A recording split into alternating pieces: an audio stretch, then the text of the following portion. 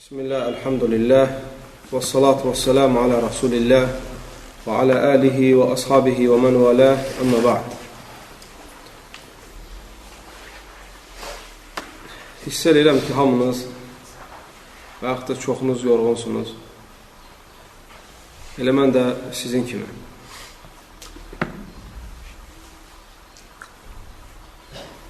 Ramazan bilirsiniz qardaşlar, yəni xüsusi bir, özəl bir ibadətdir. Müsəlman tək acla yeməyə və içməyə səbr eləmir. Müsəlman çox şeyə səbr eləyir.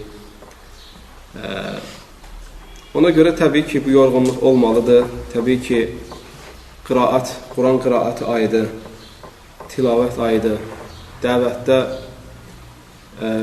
zəhmət çəkmək xüsusilə daha çox zəhmət çəkmək ayıdır, cömərtlik ayıdır və xeyir əməllərdə yarışmaq ayıdır. Ona görə elhamdülillah bir çox xeyir əhli bu ayda daha aktiv olurlar, daha çox fəaliyyət göstərirlər, həm ibadət baxımından, həm də dinə xeyir vermək məsələsində. Demək istədiyim odur ki, səbir, elm əhli deyir ki, 3 qismə bölünür. Birincisi, ibadətdə səbir.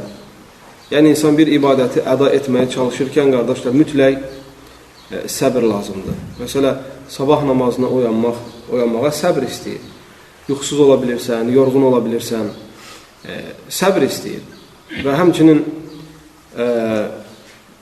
başqa namazları vaxtında cəmaatla qılmağa, həris olmağa səbir istəyir. Çünki səbirsizlik olsa insan əda edə bilməz. Həmçinin səbrin növlərindən ikinci növü haramlara səbr eləmək. Haramlarla qarşılaşdıqda harama düşməmək üçün insan təmkinli olmaq, səbirli olmaq. Haramlara səbr etmək, qardaşlar, itaətə səbr etməkdən daha çətindir. Bəzi insanlar var, maşallah, görürsən, namazı var, orucu var, Quran oxuya bilir və s. və s. Amma haramlarla qarşılaşanda görürsən ki, məsələ,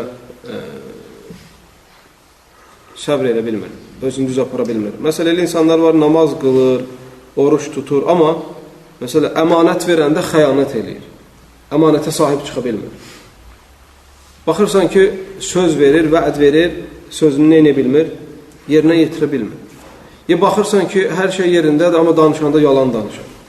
Deməli, belə odur ki, insan həmçinin haram məsələlərində də səbirli olmalıdır. Həmçinin insan nə olmalıdır, qardaşlar? Haram məsələlərində də səbirli olmalıdır.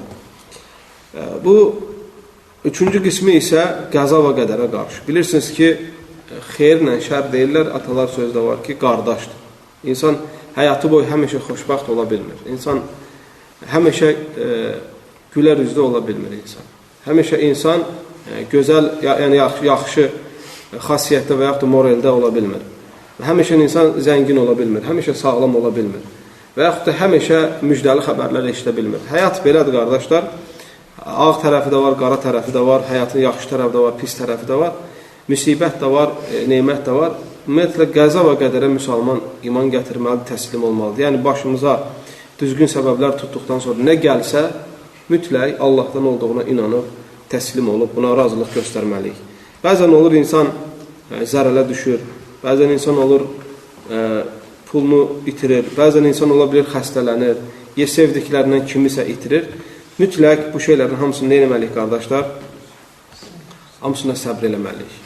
Allah Azza və Cəllə Quran-ı Kərimdə buyurur: "Vasbiru innallaha ma'as-sabirin." Səbr eləyin. Allah Teala buyurur, Allah səbr edənlərlə bərabərdir. Başqa bir ayədə Allah Azza və Cəllə buyurur ki, Allah səbr edənlərin mükafatını hesabsız verəcək. Böyük şəkildə, böyük bir miqdarda verəcək səbr edənlərin savabını. Həmçinin Peyğəmbər s.ə.v hədislərində də insanlara səbirli olmağı tövsiyə edir. Çünki səbir deyirlər bütün xeyrin başıdır, onun əksi isə bütün şərin, pisliklərin başıdır. Buna görə, qardaşlar, çalışaq səbir eləyək həm ibadətlərdə, itaətlərdə, Allahın əmrlərini yerinə yetirməkdə, həm haramlarla qarşılaşanda harama düşməmək üçün səbirli olaq, həm də başımıza gələn müsibətlərə qarşı Allah Azza və Cəlləyə qarşıdan körlük eləməyək, Allah Azza və Cəllə qarşı çıxmayaq. Bilək ki, Allah Teala istəyən şeydədir xeyr. Hətta biz bunun həqiqətini başa düşməsək də. Allah bizə iştifadlardan etsin. Bizləri səbirli qullarından etsin. İbadətlərini və itaətlərini ixlasla, imanla əda edənlərdən etsin. Sallallahu aleyhi ve sellem və barik ala nəbiyina Muhammed və ala alihi və ashabihi ecmaîn. İxlasla.com saytı tərəfindən təqdim olundu.